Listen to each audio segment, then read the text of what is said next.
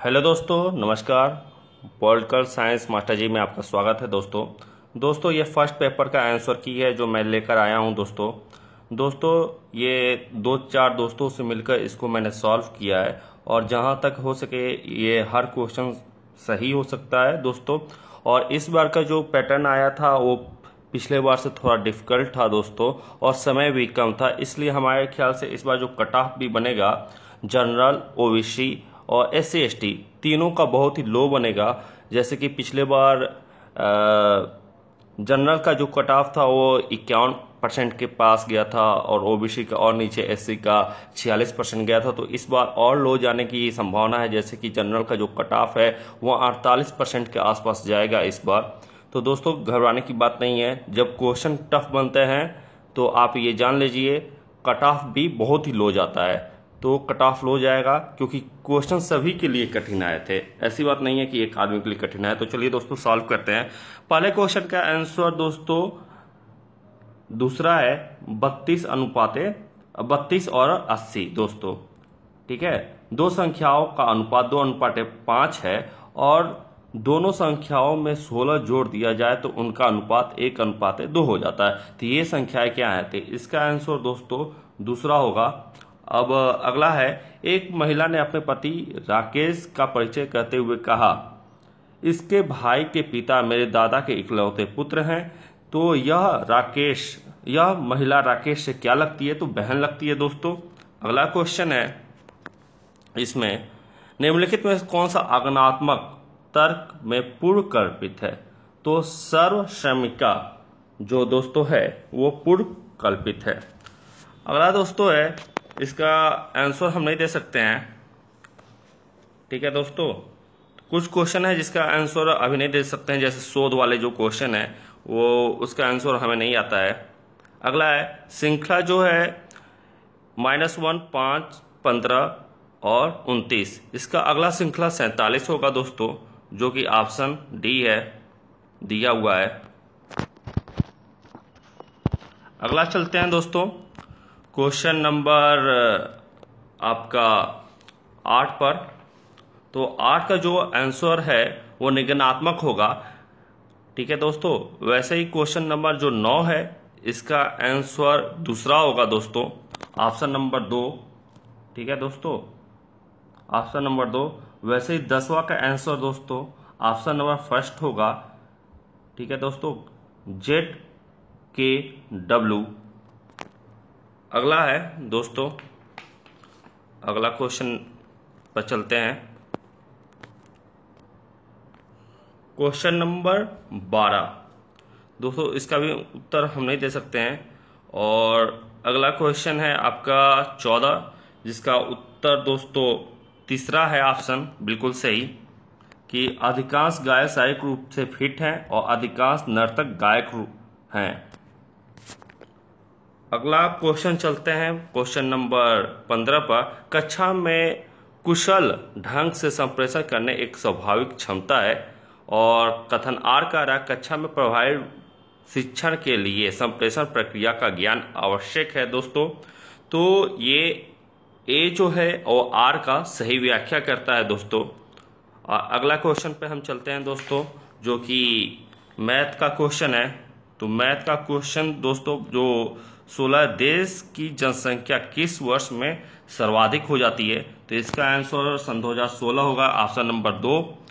वैसे ही किस वर्ष की अवधि में निर्यात और उपभोक्ता का अनुपात सर्वाधिक था? तो इसका नंबर सन 2013 दोस्तों सही है। अगला है, वर्ष सन 2014 में देश की जनसंख्या मिलियन में कितनी थी? तो 18 क्वेश्चन का आंसर है 2.79। और किस वर्ष में पिछले वर्ष की तुलना में चावल के उपभोक्ता में सर्वाधिक प्रतिशत वृद्धि हुई थी? तो दोस्तों सन 2016 में सर्वाधिक वृद्धि हुई थी। अगला है मैथ का ही क्वेश्चन में ही, वर्ष सन 2012 से 16 की अवधि में चावल का औसत उपभोग मिलियन की ग्राम में कितना था? तो दोस्तों 100.1% इसका था। तो दोस्तों अगला हम लोग चलते हैं, इसी में है अंतः वायु प्रदूषण स्वास्थ्य के लिए एक गंभीर खतरा है। अतः वायु प्रदूषण में वायु प्रदूषण का विसर्जन अपेक्षाकृत सीमित होता है दोस्तों। तो ये जो क्वेश्चन है दोस्तों, उसका उत्तर चौथा होगा, क्योंकि चौथा इसलिए होगा दोस्तों क्योंकि ये सही व्याख्या नहीं है।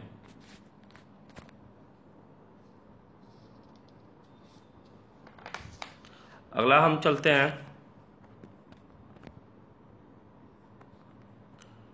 दोस्तों। 22वां क्वेश्चन है, ताप विद्युत संयंत्रों में उत्पादन फ्लाइंग ऐश एक पर्यावरण हितैषी संसाधन है जिसका किसमें प्रयोग किया जाता है। तो दोस्तों इसका जो आंसर है वो पहला ऑप्शन है ए, सी और डी में। बंजर भूमि के विकास में इसका कोई प्रयोग नहीं होता है दोस्तों। ऑप्शन नंबर ए, सी और डी, ऑप्शन नंबर ए।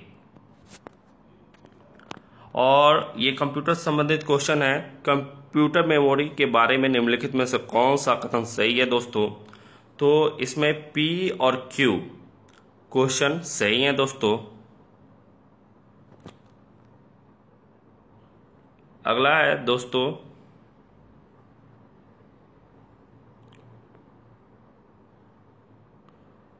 विपक्ष का नेता उन समितियों का सदस्य होता है जो चयन करती हैं। तो इसका आंसर ए, बी और सी होगा दोस्तों, चौथा नहीं होगा। यानी कि वो जो विपक्ष का सदस्य होता है वो राष्ट्रीय महिला आयोग का अध्यक्ष नहीं होता है दोस्तों।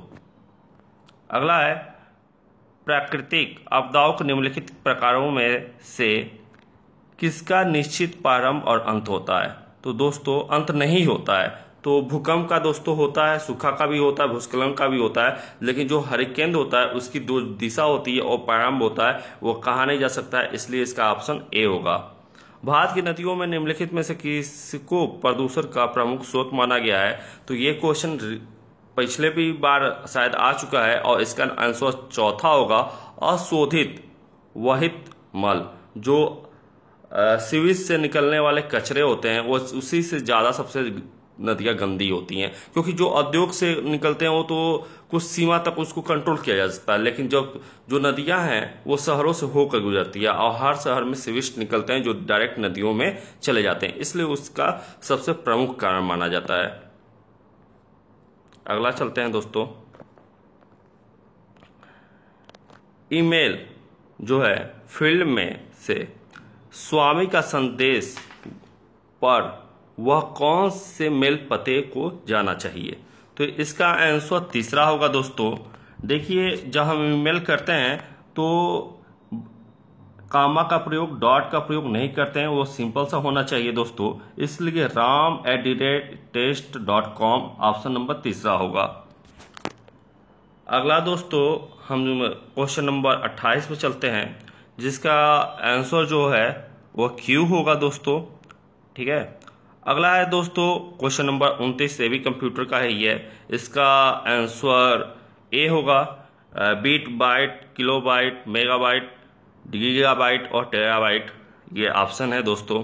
तो ये बढ़ते हुए क्रम में भंडारण क्षमता है फाइलों की। अगला है दोस्तों, भारत में नागरिक केंद्रीय प्रशासन में निम्नलिखित में कौन सी बाधाएं हैं। तो इसमें इसका ऑप्शन चौथा होगा दोस्तों। ठीक है, सरकारी नौकरशाही के सख्त समन्वय अभिवृद्धि। बी है कानून और नियमों को प्रभावी क्रियान्वयन। और सी है नागरिकों, अधिकारों और कर्तव्यों में जागरूकता। तो ये सब बाधाएं हैं दोस्तों नागरिक केंद्रीकरण प्रशासन में दोस्तों। ऑप्शन नंबर चौथा इसका होगा। और अगला क्वेश्चन, भारत में कुल विद्युत उत्पादन में इनके योगदान के परिप्रेक्ष्य में ऊर्जा स्रोतों के सही क्रम की पहचान कीजिए।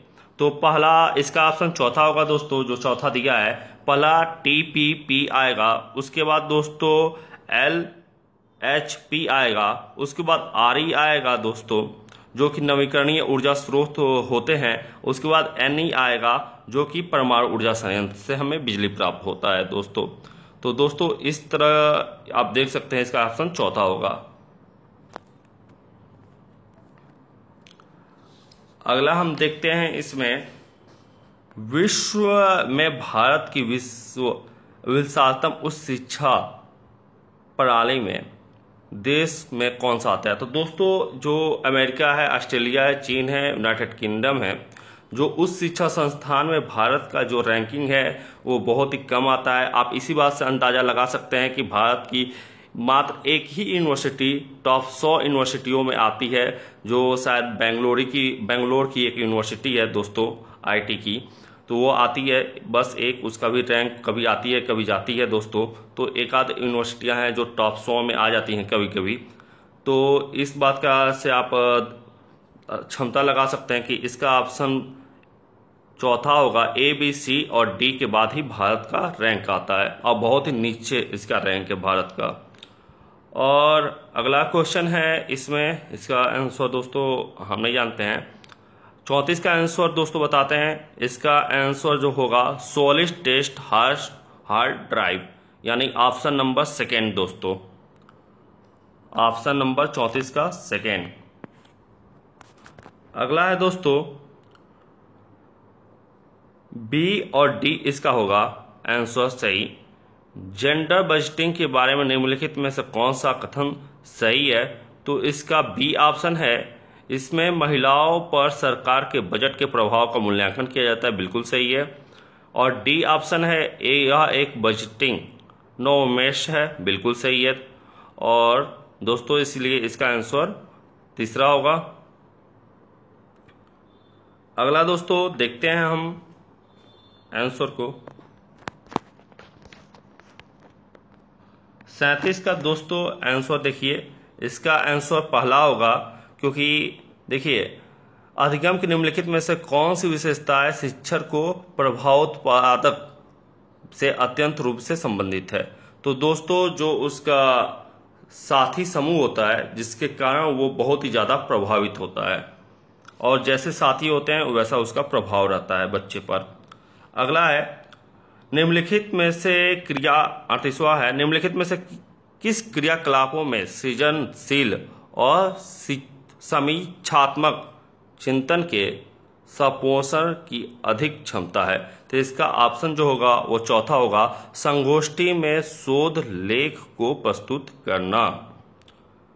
अगला है दोस्तों 39वां क्वेश्चन, क्रियाकलापों में निम्नलिखित में समुच्चयों में कौन सा समुच्चय क्रियात्मक शोध रणनीति की चक्रीय प्रक्रिया को इंगित करता है?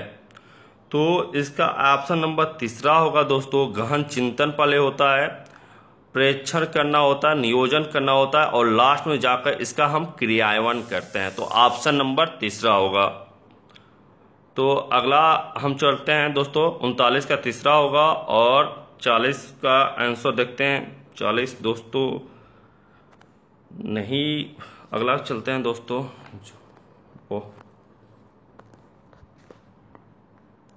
42 क्वेश्चन देखते हैं दोस्तों।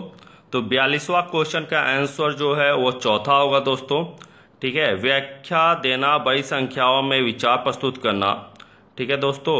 और समूह में चर्चा दोस्तों, वह स्पष्ट भाषा में विषय वस्तु में संप्रेषण होता है।